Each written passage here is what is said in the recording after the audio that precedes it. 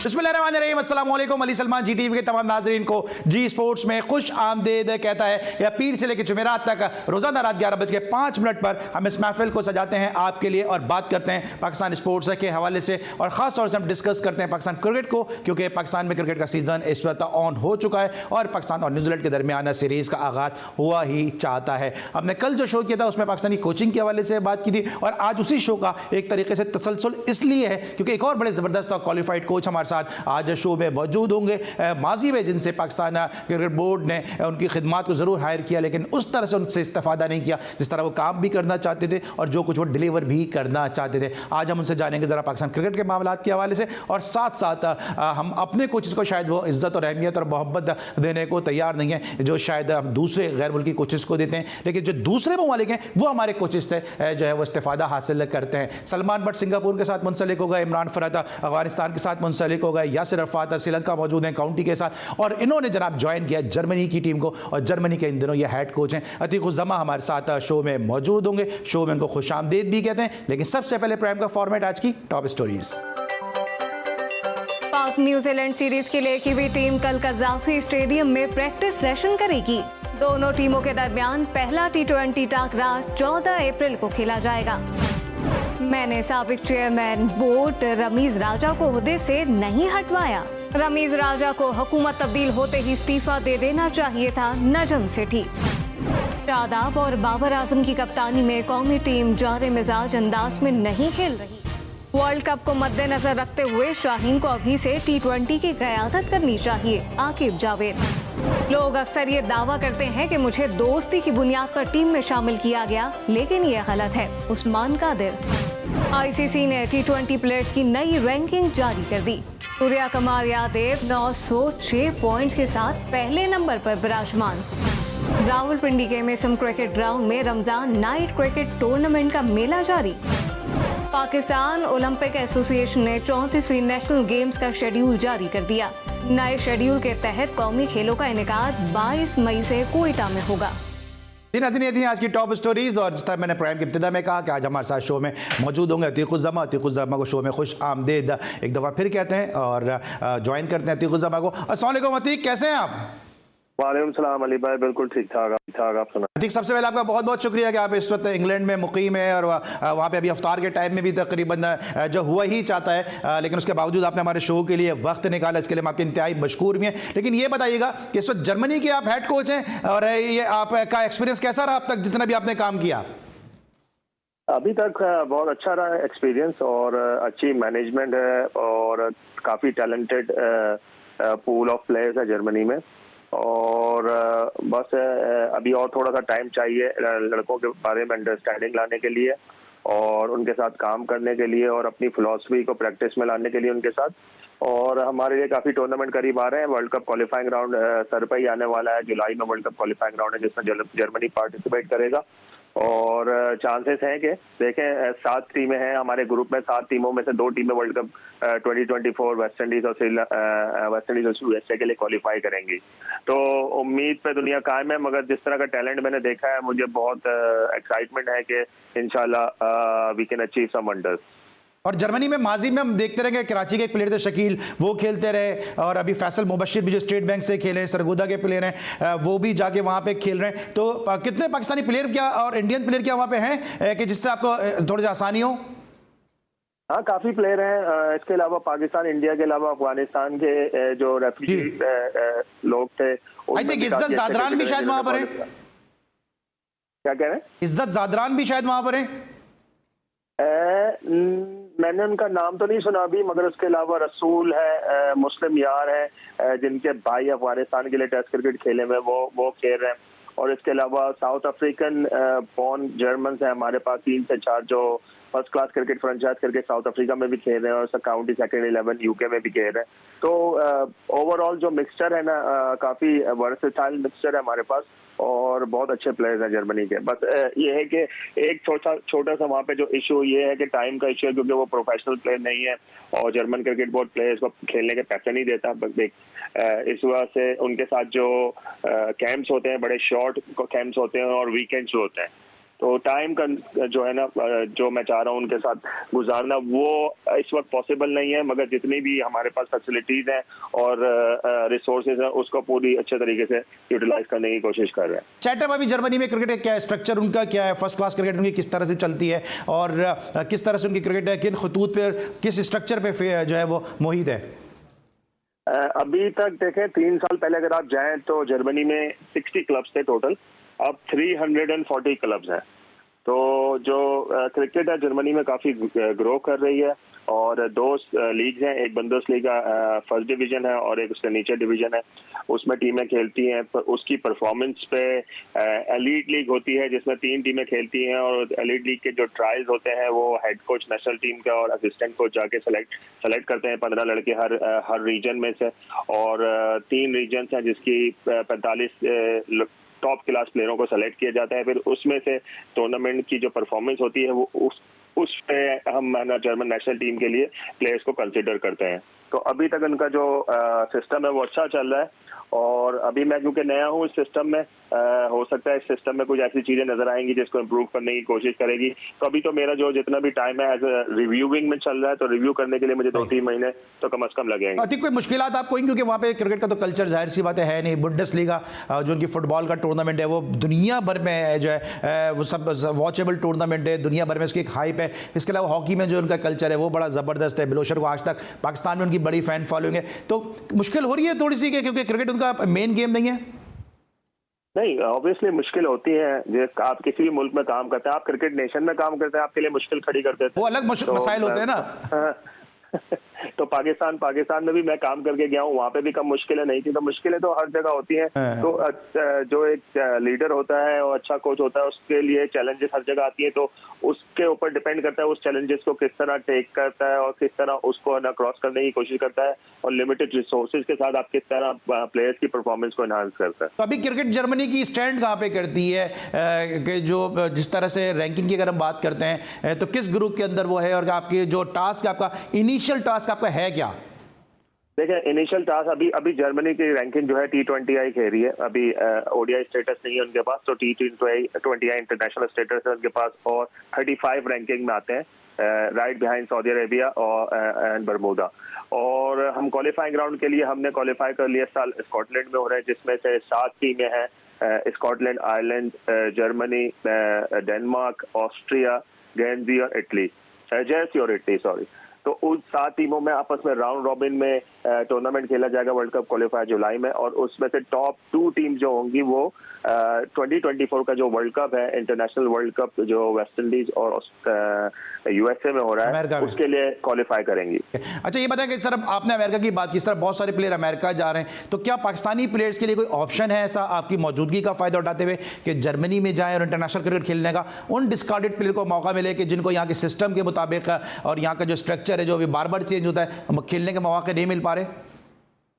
देखिए, दुनिया में क्रिकेट इतनी फैल चुकी है अली भाई, पहले तो गेंदी के कंट्रीज होते थे तो हॉलैंड वगैरह में लोग जाते थे और बांग्लादेश में जाते थे खेलने के लिए, अब दुनिया में हर जगह जाए जा रहे हैं।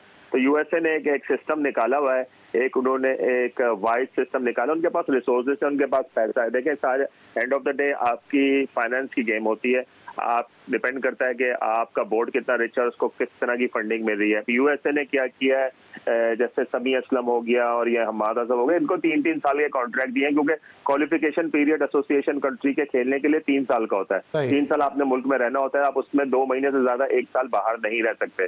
मगर वहां रहने के लिए आपको फाइनेंसेस की जरूरत होती है, आपको जॉब की जरूरत होती है, और जारी बात है क्रिकेटर जाके अगर जॉब करेगा तो फिर क्रिकेट नहीं खेल पाएगा सही तरीके से। तो उनको यूएसए ने इस तरह की जॉब दी है जिसमें वो क्रिकेटिंग में कोचिंग भी कर रहे हैं और पैसे भी कमा रहे हैं, उनको अकोमोडेशन भी मिली है। तो 3 साल का पूरा पीरियड पूरा करेंगे वो यूएसए के लिए खेल लेंगे।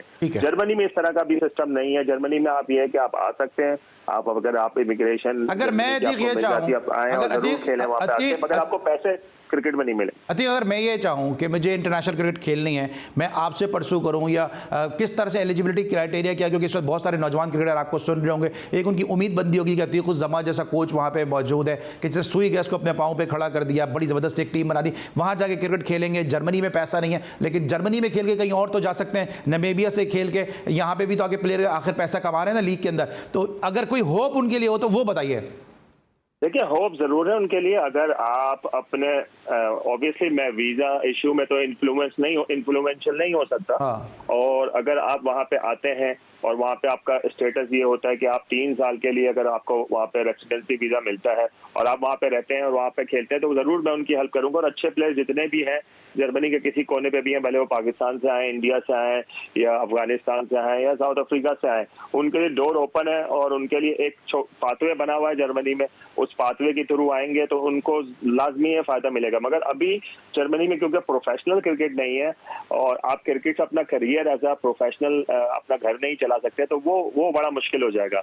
तो जितने भी प्लेयर हैं जो जर्मनी के लिए खेलते हैं वो अपनी जो उनकी फुल टाइम जॉब्स हैं वो कर रहे हैं, उनको जॉब्स मिल जाती हैं वहाँ पे, वो अपनी जॉब्स कर रहे हैं। मगर इंशाल्लाह अगर अल्लाह ने चाहा तो वर्ल्ड कप के लिए अगर हमने क्वालिफाई कर लिया, T20 क्रिकेट है, कुछ पता नहीं है कि किसी भी दिन कोई भी टीम जीत सकती है, तो फिर जो फाइनेंशियल इश्यूज जो होंगे बोर्ड के वो तकरीबन कंप्लीटली डिफरेंट हो जाएंगे। तो फिर उसके बाद हम इस प्रोफेशनल क्रिकेट के बारे में सोचेंगे कि लड़कों को किस तरह हम है ना बेनिफिट दें और इंसेंटिव दें ताकि वो क्रिकेट पे ज्यादा फोकस करें। ठीक है, अतीक उज़्ज़मा के साथ गुफ्तगू का सिलसिला जारी है और जर्मनी में चूंकि मौजूद हैं इसलिए हमने कोशिश की है प्रोग्राम के पहले इनसे जरा जर्मनी की क्रिकेट के हवाले से और इनकी कोचिंग के हवाले से बात करें। ब्रेक लेंगे, जब ब्रेक के बाद वापस आएंगे जरा बात करेंगे पाकिस्तान क्रिकेट के मामला के हवाले से। मिलते हैं ब्रेक के बाद।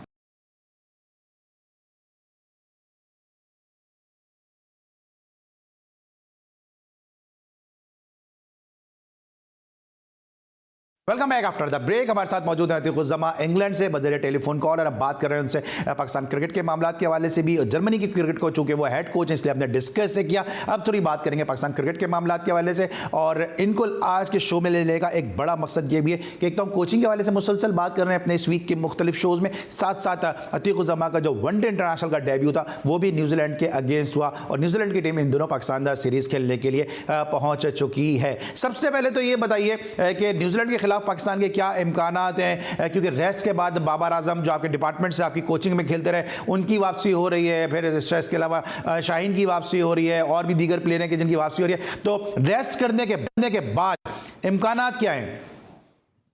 देखिए इम्कानात तो पाकिस्तान की टीम स्ट्रॉन्ग टीम है और जाहिर बात है आपके पास 2-3 बड़े अच्छे मैच विनर्स हैं और टफ फाइट देंगे। मगर न्यूजीलैंड की टीम ने इससे पहले भी दुनिया में जाके अपना काफी उन्होंने वाइट बॉल क्रिकेट में अपना नाम बनाया हुआ है, तो एक टफ सीरीज देखने को मिलेगी और डिपेंड करता है कि किसका कॉम्बिनेशन और किसका जो मोमेंटम है वो पहले गेम से बनता है और जो टीम अपना मोमेंटम बना ली जारी बात है उसका जो होगा जो पलड़ा होगा वो हारी हो जाएगा।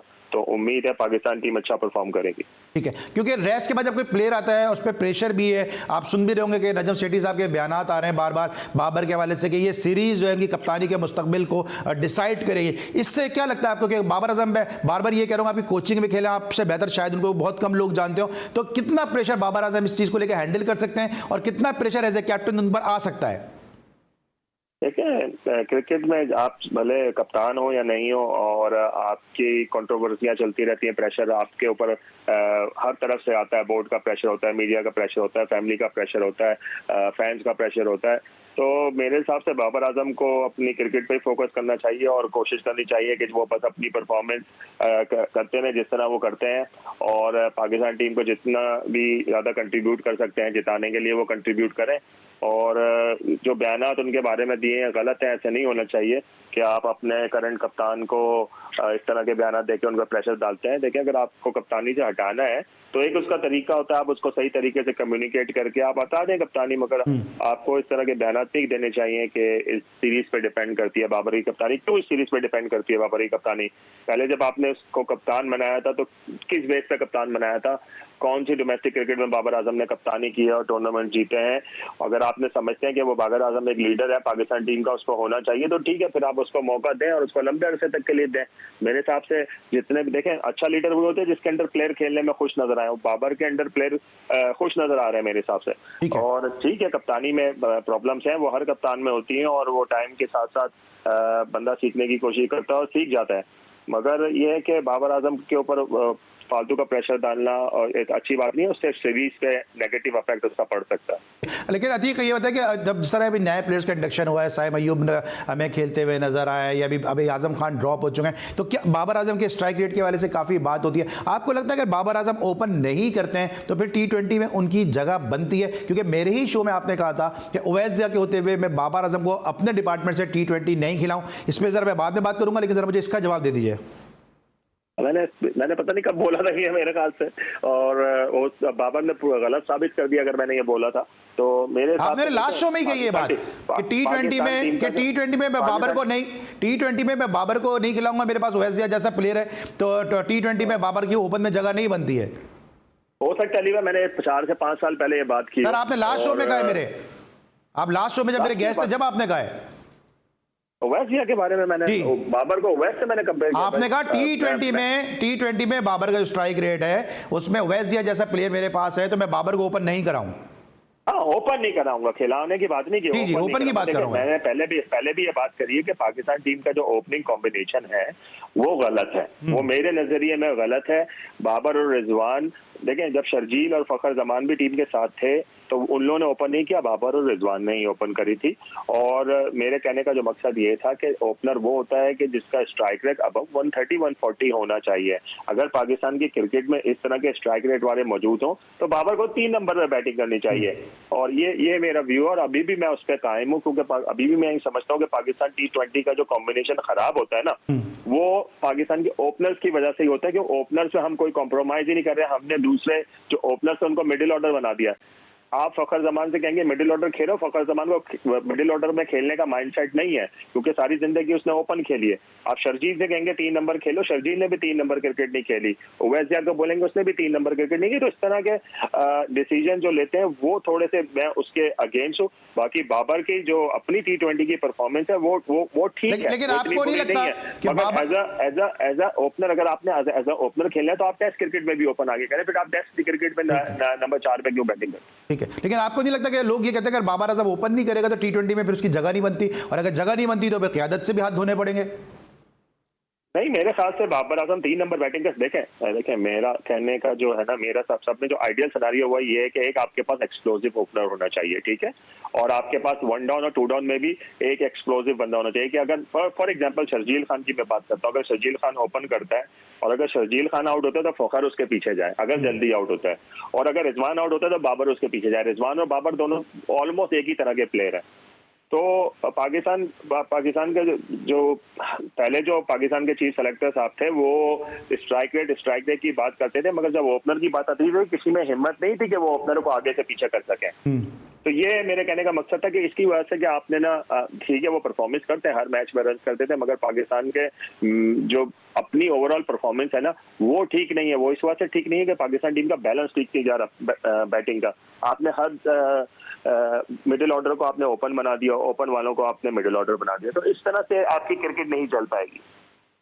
ठीक है, क्योंकि ये बात मैं आपसे इसलिए कह रहा हूं क्योंकि आपके यही मैंने जो अल्फाज थे ये मैंने कोट किए उवैसिया को, जब आपके जो MD सुई गैस हैं इमरान मनियार साहब मौजूद थे, एक नया नाज़िमाबाद के टूर्नामेंट में काशिफ भट्टी भी वहाँ पे मौजूद थे, सोहेल खान भी थे जो सब आपकी कोचिंग में खेले, और आपकी इस बात को जब मैंने कोट किया उवैसिया को इतनी मोटिवेशन मिली। उसके बाद उसने जो मैच खेला सेकेंड जो मैच था उसमें उवैसिया खेल रहे थे, उन्होंने सिंगल हैंडेडली 100 किया और अपनी टीम को ना सिर्फ वो मैच जिताया बल्कि फाइनल तक जिताने में कामयाब हुए। क्योंकि एक अगर प्रोफेशनल कोच की बात है किसी को मोटिवेट कर सकती है, इसलिए मैंने आपसे सवाल पूछा। मैंने नहीं उवैसिया की जहां से आपने बात की, उवैसिया को तो मैं बहुत हाईली रेट करता था, और क्योंकि लोग समझते हैं कि वो शायद T20 का प्लेयर है, मगर वो फर्स्ट क्लास का भी बहुत अच्छा प्लेयर है। उसकी फर्स्ट क्लास में एवरेज ही अराउंड 40 है, तो वो हमेशा परफॉर्मेंस करता है और अच्छी मुश्किल सिचुएशनों में परफॉर्मेंस करता है। तो उवैसिया का बस जो नेगेटिव फॉल था वो ये था कि वो इतना एक्सप्लोसिव फील्डिंग में नहीं था, और फील्डिंग में और फिटनेस में वो अपनी थोड़ी सी जान छुड़ाते थे, मगर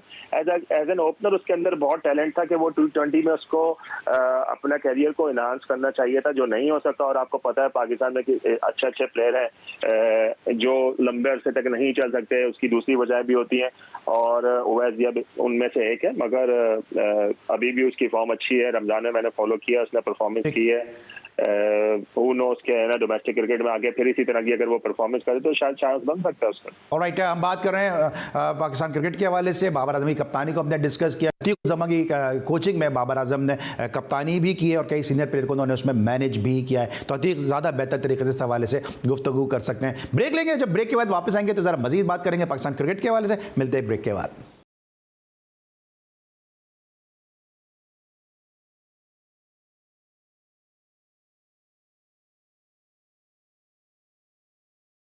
welcome back after the break. हम बात कर रहे हैं पाकिस्तान क्रिकेट के मामला के हवाले से। अभी जब हम बात कर रहे थे आपसे गुज़िश्ता ब्रेक के अंदर, तो आपने कहा कि जो हमारे चीफ सेलेक्टर साहब थे उन्होंने स्ट्राइक रेट पे काफ़ी बात की है। अभी उन्होंने एक स्टेटमेंट दिया थी, आप उस बोर्ड का, उस रिजीम का आप हिस्सा रहे। उन्होंने कहा कि नए प्लेयर को एक साथ भेजना अफगानिस्तान के खिलाफ सही नहीं था, लेकिन आप इस बात के विटनेस भी हैं कि मूसा को, हमने नसीम को अगेंस्ट ऑस्ट्रेलिया में भेज दिया, और उसके बाद डेविड वार्नर ने और जो दीगर बैट्समैन ने ऑस्ट्रेलियन जो हाल के हमारे बॉलर का कैरियर एक तरीके से ख़त्म करके रख दिया। आपको लगता है कि उस वक्त ये गलत फैसला था और अब ये फैसला शायद इसलिए थोड़ा सही था क्योंकि अफगानिस्तान के खिलाफ हम चांस ले सकते थे?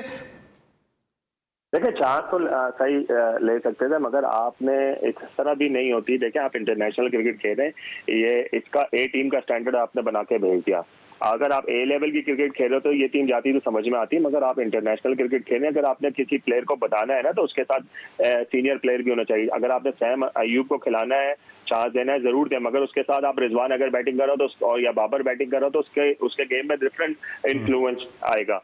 तो आपने ये गलती की थी कि हमारे वहाँ मसला ये है कि अली भाई, मैं आपको सच बात बताता हूँ कि बोर्ड में छोटे से छोटे लेके बड़े से बड़ा बंदा भी ना डरपोक है। डरपोक इस बात है कि मीडिया से वो डरते हैं कि, और पब्लिक से डरते हैं कि जहाँ पब्लिक और मीडिया का प्रेशर आता है कि वहाँ उनको डर लगना शुरू होता है, हाथ पांव कांपने शुरू हो जाते हैं। पहले भी होता था, मेरे जमाने में भी हुआ है और अब भी यही हो रहा है कि आपने प्रेशर में आके आजम खान को और सबको चीजें, देखिए आपने अपनी एक वैल्यूज बनाई है कि फिटनेस का आप है। अब मैं देखता हूँ मिकी आतर आके आजम खान को खिला दे, मैं भी आऊँ और आप भी आए, आप देख लीजिएगा जब उसने वो उमर अकमल और को फिटनेस पे वो बाहर कर सकता है, तो मिकी आतर कभी भी किसी ऐसे प्लेयर को टीम के अंदर नहीं डालेगा कि जब उसके वैल्यूज के अंदर फिटनेस जो है वो की कंपोनेंट होगा। कभी भी आजम खान पाकिस्तान के लिए क्रिकेट नहीं खेलेगा अनलेस कि वो फिटनेस में उस क्राइटेरिया को अचीव करे जो मिकी आतर सेट करेगा। ये सिर्फ हमारे मुल्क में इस तरह की चीजें होती हैं। हमारे मुल्क में जिसको खिलाना होता है आप बहाना बना देते हैं कि उसकी ये परफॉर्मेंस देखें, उसको आप कीपर बना देते हैं, जबरदस्ती कीपिंग करा रहे होते हैं, ठीक है ना। इस तरह नहीं होता। देखें लोग आप दूसरी दुनिया को क्या मैसेज दे रहे हैं, क्या आपके पास प्लेयर्स की कमी है? आजम खान के लिए पर्सनल मैं आजम खान के पीछे नहीं लगा। मेरे हिसाब से आजम खान बहुत ही टैलेंटेड बंदा है, मगर पाकिस्तान खेलने के लिए एक जब आपने पैरामीटर सेट किए तो उस पैरामीटर को तोड़ना नहीं चाहिए। ठीक है, मैं यही बात करूँ कि फिर उस वक्त जब यही मोहम्मद वसीम थे ना, आप भी उस वक्त टीम बोर्ड का हिस्सा थे, यही मोहम्मद वसीम थे जब आजम खान को पाकिस्तान के वर्ल्ड कप के स्क्वाड में शामिल किया गया था। अब यही मोहम्मद वसीम कहते हैं कि ये फिटनेस पे जो है कॉम्प्रोमाइज नहीं करना चाहिए। तो ये जो बोर्ड में जो ये चीफ सेलेक्टर साहब के स्टेटमेंट इस तरह आ रहे हैं, आपने बड़े करीब से इनको देखा है, कहना क्या चाहते हैं ये? सर देखें, मैं तो जेन्युइन बंदा हूँ, मुझे हिपोक्रेसी से नफरत है और हमेशा रही है। शायद इसी वजह से मैं पाकिस्तान में कामयाब नहीं रहा एज अ प्लेयर और एज अ कोच, क्योंकि मैं दो नंबर बात नहीं करता, मैं बिल्कुल सही बात करता हूँ और मैं बिल्कुल सामने बात करता हूँ। आपने जब एक क्राइटेरिया सेट किया है, आप किसी प्लेयर को फिट करने के लिए उस क्राइटेरिया को जब तोड़ते हो ना, तो ये दोगलापन आपने नहीं करना चाहिए। क्योंकि आप फिर दूसरों को मैसेज गलत दे रहे हो ना। फिर हर बंदा यही सोच सकता है कि भाई मैं भी कुछ भी खा लूँ, कुछ भी ट्रेनिंग कर लूँ, एज लॉन्ग मैं छक्के लगा रहा हूँ और मेरा स्ट्राइक रेट 160 प्लस 170 होगा, मैं टीम में आ जाऊंगा। देखें, ऐसा नहीं होता। आप दुनिया में अपना जो है ना इमेज डाउन कर रहे हैं। और जब आपके पास मोहम्मद हारिस, रोहेल, नजीर और रिजवान जैसे तीन अच्छे, और एक और जो कोयटा के विकेट कीपर है, मैं नाम भूल रहा हूँ, उन जैसा, हाँ जी हसीब, आप इन जैसे विकेट कीपर्स को अगर आप छोड़ के आप आजम को अगर as a wicket keeper team में एडजस्ट करेंगे तो उन विकेट कीपर के साथ क्या अदीक, मेरे पास थोड़ा टाइम है, क्विकली मैं आपसे सवाल करना चाहूंगा। ये जो अभी जो इतना सारा जो सब कुछ मैच हुआ या नए प्लेयर्स को टीम में इंटर्ट किया गया, क्या ये प्लेयर पावर को तोड़ने की कोशिश आपको नजर आई है या वाकई नियत सही थी कि नए प्लेयर को चांस देना है? ये नीयत तो कभी भी सही नहीं होती अली भाई, कभी भी सही नहीं होती नीयत। कभी भी ऑनेस्टी हमारे मुल्क में कभी भी ऑनेस्टी नहीं रही। किसी भी बोर्ड जो भी आ जाए बड़े बातें करते हैं, हमें भी बहुत बड़ी बातें करके लोग लाए थे, मगर ऑनेस्टी मैंने उनकी भी चेक कर ली वहाँ रह के। ऑनेस्टी नहीं है। ये सिर्फ है ना, जब किसी पे छुरी चलानी होती है तो इस तरह की हरकतें करते हैं, मगर उनके ऊपर खुद ही छुरी चढ़ के कहते हैं ना, आप जब गड्ढा खोदते हो किसी के लिए आप उसी में गिर जाते हैं। ये वही है उनके साथ। ठीक है, क्या फिर यही वजह है कभी भी पाकिस्तान को छोटी टीम नहीं भेजनी चाहिए? यही वजह, आप कराची किंग का हिस्सा रहे, आपने वो ड्रेसिंग रूम आपने शेयर किया, क्या यही वजह है कि इमाद वसीम को टीम में लेकर आए, बाबर के ऊपर एक प्रेशर रखने के लिए कप्तान तब्दील करने की बातें हो रही हैं, 3-3 ऑप्शंस की बातें हो रही हैं? हो सकता है, क्यों नहीं है, इसमें पॉसिबिलिटीज हैं। आपने कराची किंग के ड्रेसिंग रूम में देखा क्या? आपने क्या बाबर की और इमाद की कोई ऐसी नहीं, मैं कराची किंग में कहा था नहीं, आप रहे ना उसके कोचिंग के उसमें तो रहे आप, तो टैलेंट हंट में तो रहे। हाँ, मैं टैलेंट हंट में था, मगर उनके साथ मैंने जब ये इन प्लेयरों के साथ मैंने नहीं देखा। अच्छा। मगर देखें, ये हर जगह है। ये देखें ना, वहाँ आकिब जावेद बैठ के शाहीन अफरीदी की लॉबी बना रहे हैं कि शाहीन अफरीदी को कप्तान होना चाहिए। यार, आप बातें कर रहे हो, पता नहीं कौन से, आप रातों को बातें करते हो, कुछ और दिन को कुछ और बातें करते हो। आप बाबर आजम के खिलाफ बात करते हुए कभी ये तो सोचो कि आपका और उसके लेवल में फर्क क्या है भाई। मैं भी बाबर आजम के बारे में कभी ऐसी बात कर ही नहीं सकता, मेरा उसका लेवल ही नहीं है। मैंने इससे पहले यूनुस खान के बारे में भी ये बात बोली थी कि मैं इन लोगों के खिलाफ कैसे बात करूं कि मेरा तो उनका लेवल में जमीन आसमान का फर्क है भाई। और बाबर आजम जैसा प्लेयर दुनिया में पूजा किए जाते हैं, और हम लकी हैं कि हमें इस तरह का प्लेयर मिला। तो आप खुदा के लिए अगर उसको कप्तान नहीं बनाना, उसको सही तरीके से उसके साथ बात करके और उसको एक रिस्पेक्ट देके उसको आप कप्तानी से हटा दो, मगर उसके साथ ये ज्यादती ना करो और उस पर। ठीक है, आप कराची, आप जिस तरह मैंने बोला आप कराची किंग के टैलेंट हंट प्रोग्राम का हिस्सा रहे, लेकिन आप लाहौर कलंदर के साथ तो आप रहे ना। तो अब ये जो शाहीन अफरीदी को कप्तान बनाने की बात हो रही है कि शाहीन अफरीदी को कप्तान बना दो, उसके बाद क्योंकि आपने खुद अभी कहा कि जो बोर्ड के अंदर जो है वो बाबर आजम के अंडर में खेलने में सब खुश हैं, आमिर को वापस लाने की बात है, क्या इसी की एक कड़ी है कि प्रेशर रखा जाए किसी न किसी तरह इस रोटी ग्रुप के ऊपर, इस दोस्ती यारी के ग्रुप के ऊपर? ये बाबर के हवाले से सोचना भी मना है, बात करना भी गुनाह है, और बाबर के लिए हम जान भी दे देंगे, ये सब जो ग्रुप एक चल रहा है, इसकी वजह से भी आमिर को लाने की बातें हो रही हैं। देखिए, आमिर को लाने की बात है तो मेरे ख्याल से वो उनकी अपनी पर्सनल लाइकिंग और डिसलाइकिंग की बात है। मेरे ख्याल से लॉबी का इसमें कोई ताल्लुक नहीं है। बस ये है कि मेरे ख्याल से चेयरमैन साहब उसको बहुत पसंद करते हैं। ठीक है, आप जरूर लाएं, करें, मगर जहां तक दोस्ती यारी का सवाल है, ये बोर्ड है ही दोस्ती यारी में बना हुआ है। सर, आप एक अपॉइंटमेंट उठा के देख लें, कोचेस से लेके सारी दोस्ती यारियों पे बनी हुई है। इसके बाद पाकिस्तान टीम की जो हेड कोचिंग और टॉप कोचेस जो बाहर से आए, उसके अलावा तो सारी दोस्ती यारियों पे ही चल रही है। डोमेस्टिक की टीम दोस्ती यारी, अंडर 19 का कोच दोस्ती यारी, पाकिस्तान ए का कोच दोस्ती यारी, तो हर चीज तो दोस्ती यारी पे चल रही है। तो चलाने ना भाई, पाकिस्तानी क्रिकेट इसी तरह चलाने ना, चलाएं, हमारा तो उससे कोई ताल्लुक नहीं है।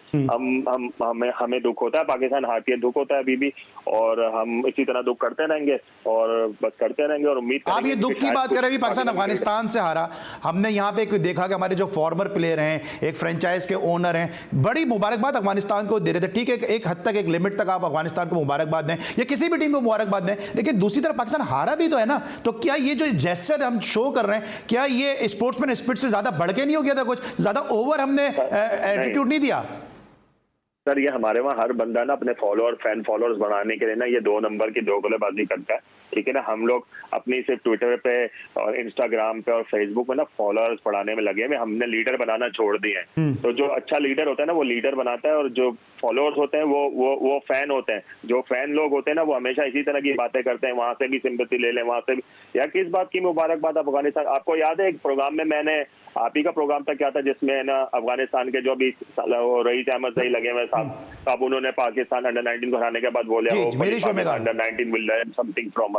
तो मैंने उनकी ऐसी की तैसी खिंचाई कर दी थी प्रोग्राम में बैठ के, और वो प्रोग्राम में आके फिर मेरे बारे में बातें कर रहे थे कि पॉलिटिकल गेम खेल रहा हूँ। मैं जी पॉलिटिकल गेम नहीं खेल रहा। आप अफगानिस्तान जीती है, ठीक है, मगर आपको क्या जरूरत है मुबारकबाद देने की? इंडिया जीतेगी, आप कल को इंडिया को भी मुबारकबाद देते रहो। आप लोगों की हमदर्दियां ले रहे हैं सर, सिर्फ फैन फॉलोइंग बढ़ाई जा रही है। आप देखिएगा कि जब पाकिस्तान इंडिया से भी हारता है ना, कुछ लोग हैं वो इंडिया की है ना मुबारकबाद देना शुरू कर देते हैं, कि उनको पता है कि यूट्यूब में उनके फॉलोअर्स इंडिया से ही बढ़ते हैं। और सर, वो यूट्यूब वाले दें, मुझे इससे एतराज नहीं है, मैं ये कहता हूँ यूट्यूब वाले बिल्कुल मुबारकबाद दें, लेकिन हमारे फॉर्मर प्लेयर, हमारे फ्रेंचाइज का ओनर इतनी ज्यादा बात करते हुए कुछ ओवर सा नजर आया एटीट्यूड, ये कुछ ज्यादा मुनासिब नहीं है। क्योंकि अगर आप एक टीम को जीतने की मुबारकबाद दे रहे हैं तो दूसरी तरफ पाकिस्तान हारा भी तो है। ये भी तो सोचें कि पाकिस्तान हारा है जहां से आपके, जो आप रहते हैं, आप इस मुल्क में रहते हैं, इस मुल्क का आप खाते हैं, मुबारकबाद आप उसके झंडा नीचे होने पे दे रहे हैं, क्योंकि एक मुल्क का झंडा ऊपर हुआ तो पाकिस्तान का झंडा नीचे हुआ।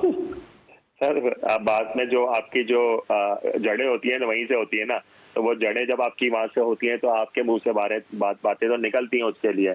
और चले छोड़ें ठीक है। इसमें अच्छा चलिए एक और क्विकली T10 खेलते हैं। ये बताएं भी उस्मान कादिर का एक स्टेटमेंट आया कि मुझे बाबर आजम की वजह से जो टीम में नहीं शामिल किया गया, मैं अपने मेरिट पर आया हूं। आपको क्या लगता है ऑस्ट्रेलिया से इनका आने का फैसला सही था? ऑस्ट्रेलिया में ज्यादा क्रिकेट खेलते हैं, क्योंकि कलंदर में आपके साथ भी रहे होंगे यकीनन। ये मेरिट का मुझे मेरिट बता दें, कौन सा मेरिट था?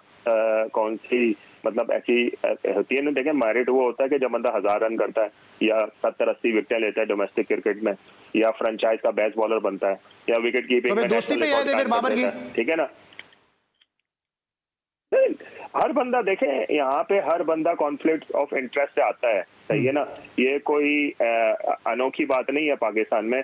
अगर किसी को भी आप कप्तान बनाएंगे वो अपने आसपास के जो उनका ग्रुप है उसके बंदे लेकर आता है, और हमेशा से ऐसा हुआ है पाकिस्तान में, इसमें भी हो गया, तो ऐसी कौन सी बड़ी बात है। अच्छा आखिरी सवाल अतीक, ये बताएं कि अभी मेरे उस दिन आपके जो स्वी गैस के एमडी इमरान मनियार साहब हैं, उनसे गुफ्तगू हो रही थी स्पोर्ट्स के लिए हवाले से, वो दोबारा से जो है वो रिवैम्प करना चाहते हैं स्पोर्ट्स डिपार्टमेंट को। अगर ऑफर होती है तो अतीक उज़्ज़मा दस्तयाब है? इस तरह आपने माजी में बड़ा जबरदस्त काम करके आप यहाँ पे गए। नहीं जी, अब मेरा जो है ना क्रिकेट से ना वो दिल खराब हो गया है पाकिस्तान में, तो मैंने जितनी एफर्ट करनी थी और जो जितनी सैक्रिफाइस करनी थी वो कर ली। अब डोमेस्टिक क्रिकेट में नहीं, अब मैं इंटरनेशनल क्रिकेट में, अब हर बंदा की अपनी ख्वाहिश होती है कि वो अपने लेवल से ऊपर जाए, और अब डोमेस्टिक से ऊपर मैं डोमेस्टिक से नीचे आया, अंडर 19 की, फिर मैंने डोमेस्टिक की, अब मैं इंटरनेशनल लेवल पे आ रहा हूँ, तो मैं अपने आप को इंटरनेशनल लेवल पे ही लगना चाहूंगा। अब डोमेस्टिक क्रिकेट में आके मैंने अपना क्या कहते हैं जो है ना सैक्रिफाइस वो बहुत कर लिया, अब नहीं कर सकता था। ठीक है, थैंक यू सो मच। हमारे साथ मौजूद थे अतीक का, आपने सुन भी लिया जो सैक्रिफाइस की इन्होंने बात की है कि इतना सैक्रिफाइस किया कि अपनी फैमिली को, इनकी जो अहली हैं वो ब्रिटिश हैं और उन्होंने अब इस्लाम भी कबूल कर लिया, अपनी पूरी फैमिली को लेकर शिफ्ट हुए, पाकिस्तान में रहना चाहते थे, पाकिस्तान में सर्व करना चाहते थे। एक ऐसा प्लेयर जिसके दिल में पाकिस्तान रहता है, बसता है, जो पाकिस्तान की क्रिकेट से मोहब्बत करता है, उसको पाकिस्तान में उस तरह से काम नहीं करने दिया जिसकी वजह से वो बददिल होते नजर आए। और ऐसे ही प्लेयर बददिल होकर यासिर मुर्तज़ा में हांगकॉन्ग से खेलते नजर आए हैं, कुछ प्लेयर यूएई में खेलते नजर आ रहे हैं, कुछ मस्कत में, ओमान में, कुछ अमेरिका में खेलते नजर आ रहे हैं, और कोई बैद नहीं कि अब कुछ प्लेयर जो है वो जाके जर्मनी की टीम का भी हिस्सा बन जाएं। हमारे साथ अतीक उज़्ज़मा मौजूद थे, बहुत बहुत शुक्रिया अतीक, आपने हमारे शो को आज वक्त दिया और पाकिस्तान क्रिकेट के हवाले से बात की। लेकिन पाकिस्तान क्रिकेट में जिस तरह आपको मालूम है कि जी स्पोर्ट्स और जी टीवी की कोशिश होती है कि हम ग्रास रूट क्रिकेट को भी और ग्रास रूट स्पोर्ट्स को भी जो है कवर करते हैं, और खेल और खिलाड़ी दोनों को निचली सतह से प्रमोट और सपोर्ट करने की कोशिश करते हैं। और यही कोशिश है मिस रमजान ट्रॉफी में जी स्पोर्ट्स और जी टीवी की, कि जहाँ पे जबरदस्त क्रिकेट का मेला जारी है। क्या चल रहा है आइए देखते हैं।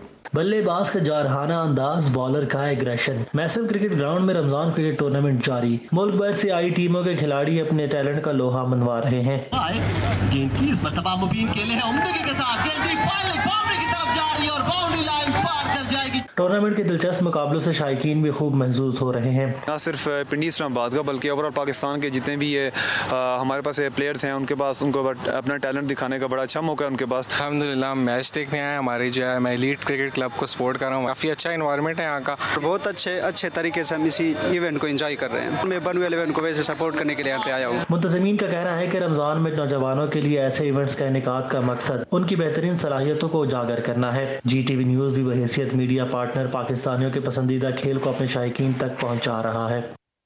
जी आपने देखा मेसम रमजान क्रिकेट टूर्नामेंट रावलपिंडी में इस वक्त बड़े ज़बरदस्त तरीके से खेला जा रहा है, और जी स्पोर्ट्स और जी टीवी की कोशिश काविश है कि प्लेयर्स को और इस गेम को जो है वो सपोर्ट करें। आज के लिए बस इतना ही, इंशाल्लाह कल रात फिर मुलाकात होगी। अली सलमान को पूरी प्रोडक्शन टीम के साथ इजाज़त दीजिए, अपना बहुत ख्याल रखिए, अल्लाह हाफ़िज़।